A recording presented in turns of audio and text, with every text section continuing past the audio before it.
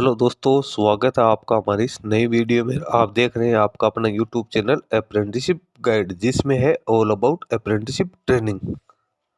दोस्तों, Hindustan aeronautics limited जो कि भारत में पब्लिक सेक्टर का एंटरप्राइजेज है, जिसको हिंदुस्तान एरोनॉटिक्स के नाम से जाना जाता है, इसके द्वारा रिक्रूटमेंट है वो निकाली गई है नॉन एग्जीक्यूटिव के पदों के लिए।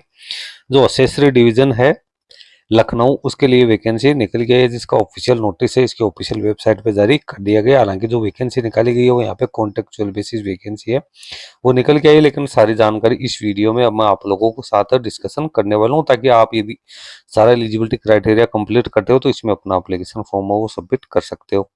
इसकी ऑफिशियल वेबसाइट पे जैसे आप आओगे तो यहाँ पे आपको सर्च करना होगा फिल्टर्ड बाय में एसेसरी डिवीजन लखनऊ। तो उसके बाद में आपको इसका एडवर्टीजमेंट है वो देखने को मिल जाएगा। यहाँ पे इसका ऑनलाइन एप्लीकेशन फॉर्म भरने का लिंक वो भी दिया हुआ है, इसका जो नोटिफिकेशन है वो भी आप लोगों को दे रखा है। सबसे पहले तो अपन इसके नोटिफिकेशन है उसको डाउनलोड करके चेक करते हैं कि इसमें कैंडिडेट्स के लिए एलिजिबिलिटी क्राइटेरिया है क्या रखा गया, कौन कौन से डिसिप्लिन के लिए वैकेंसी निकल के। ये 22 पेज की आप ये देख सकते हो, ये पीडीएफ जारी की गई है 2 अगस्त 2025 को। इसका नोटिफिकेशन जारी किया गया एसेसरी डिवीजन लखनऊ के लिए। Engagement of assistant operators on tenure basis in non executive cadre के अंदर ये वैकेंसी निकल गई है। सबसे पहले तो लेवल D6 जिसकी पे स्केल 23,000 से 95,000 रुपए होगी। इसमें आपको पोस्ट कोड देखने को मिल जाएगा, पोस्ट का नेम है, वैकेंसीज है, कैटेगरी वाइज ब्रेकअप है, क्वालिफिकेशन से असिस्टेंट इलेक्ट्रॉनिक्स की बात करें तो 3 साल का रेगुलर फुल टाइम डिप्लोमा है इलेक्ट्रॉनिक्स इंजीनियरिंग में होना जरूरी है। फिर असिस्टेंट मैकेनिकल है, इसकी भी एक वैकेंसी है,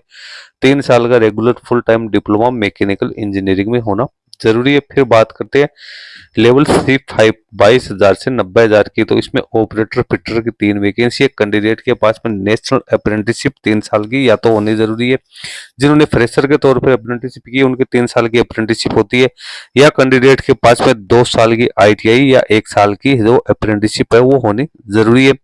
फिर ऑपरेटर इलेक्ट्रीशियन की एक वैकेंसी है, इसमें भी 3 साल की NSC या ITI प्लस 2 साल की ITI प्लस 1 साल की NSC होनी जरूरी है।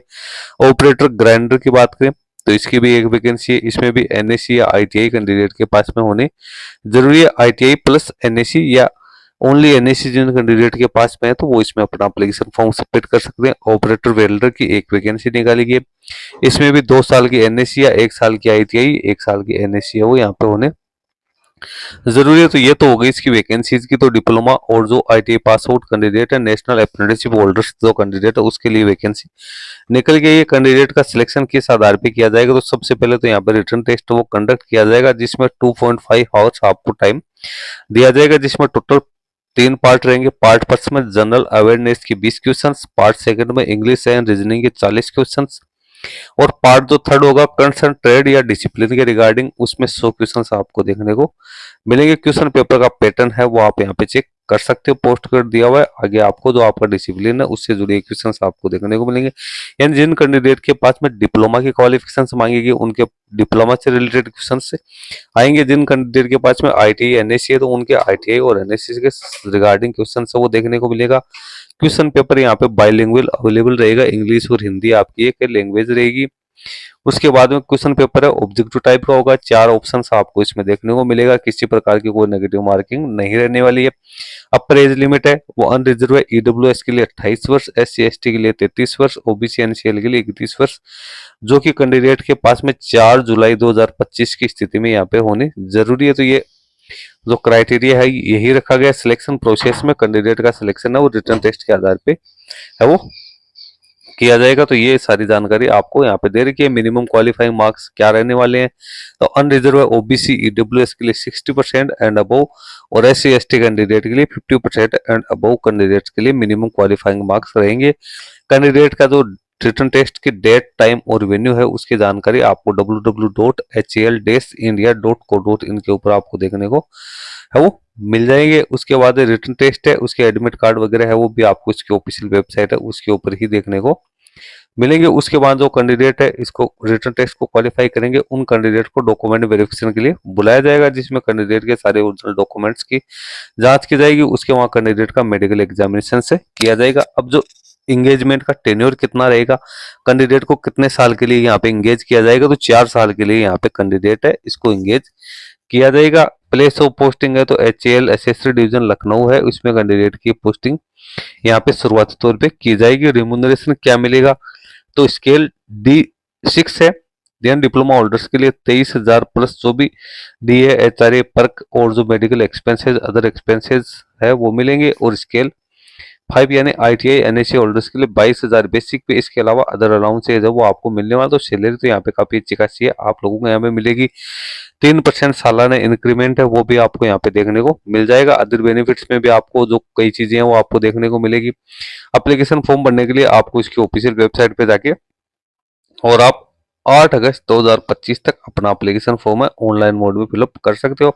ओनली इंडियन नेशनल इसमें अपना एप्लीकेशन फॉर्म है वो सबमिट कर सकते हैं। एप्लीकेशन फी की बात करें तो एप्लीकेशन फी फुली एग्जम्प्टेड है SC ST physical disable person x apprenticeship है HAL के, और जो कैंडिडेट जिन्होंने अपना एम्प्लॉयमेंट एक्सेस जिला सैनिक बोर्ड या डायरेक्टर जनरल रिसेटलमेंट में रजिस्ट्रेशन कर रखा है उनके लिए यहाँ पे कोई एप्लीकेशन फी है वो नहीं रखी गई है। उसके बाद में नीचे अपन चलते हैं तो यहाँ पे कुछ जनरल इंस्ट्रक्शंस है वो कैंडिडेट्स के लिए दे रखे हैं। उसके बाद कुछ एनेक्डट्स है जो कि कैंडिडेट्स के लिए दे रखे हैं। इंपॉर्टेंट डेट्स आपको देखने को मिल जाएगी।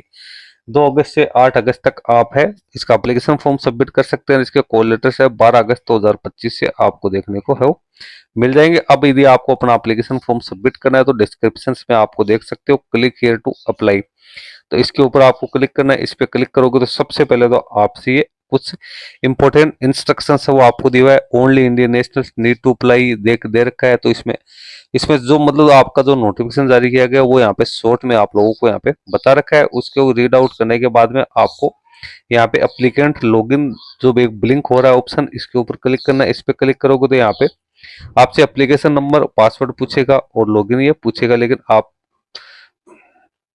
लेकिन यदि आपके पास में अभी आपने रजिस्ट्रेशन नहीं किया तो सबसे पहले आपको यहाँ पे रजिस्ट्रेशन है वो करना जरूरी है। रजिस्ट्रेशन करने का लिंक है वो अभी यहाँ पे एक्टिवेट नहीं हुआ है, इसका लिंक है वो जल्दी ही आपको देखने को मिल जाएगा, यानी आज ही इसका जो लिंक है वो एक्टिवेट हो जाएगा। तो आप इसका एप्लीकेशन फॉर्म है उसके बाद में सबमिट कर सकते हैं। अभी इसका एप्लीकेशन फॉर्म भरने का लिंक है वो एक्टिवेट नहीं हुआ क्योंकि इसका एप्लीकेशन फॉर्म भरने का लिंक 2/8/2025 से एक्टिव होना था। तो यहाँ पे जैसे अपन क्लिक करते हैं एप्लीकेंट लॉगिन, तो यहाँ पे एप्लीकेंट लॉगिन का ही ऑप्शन आ रहा है, नहीं कि कोई रजिस्ट्रेशन है उसका ऑप्शन है यहाँ पे नहीं आ रहे हैं। कैंडिडेट नया रजिस्ट्रेशन किस प्रकार से करेगा उसका नहीं आ रहा है। या तो आप यहाँ पे है जो अपने, और यदि आपकी ID पासवर्ड यहाँ पे आपके फॉरगेट हो गई तो आप यहाँ से Aadhaar number mobile number email ID डाल के उसको रिट्राइव है वो कर सकते हो। तो दोस्तों इस प्रकार से आप इसमें अपना एप्लीकेशन फॉर्म है वो सबमिट कर सकते हो। सबसे पहले आपको इसमें अपना रजिस्ट्रेशन है वो करना जरूरी है। यदि आपका रजिस्ट्रेशन नहीं है तो आपको यहाँ पे एप्लीकेशन नंबर, रजिस्ट्रेशन हो गया तो उसके बाद आपको अपना एप्लीकेशन नंबर यूजर ID डालनी है पासवर्ड डालना है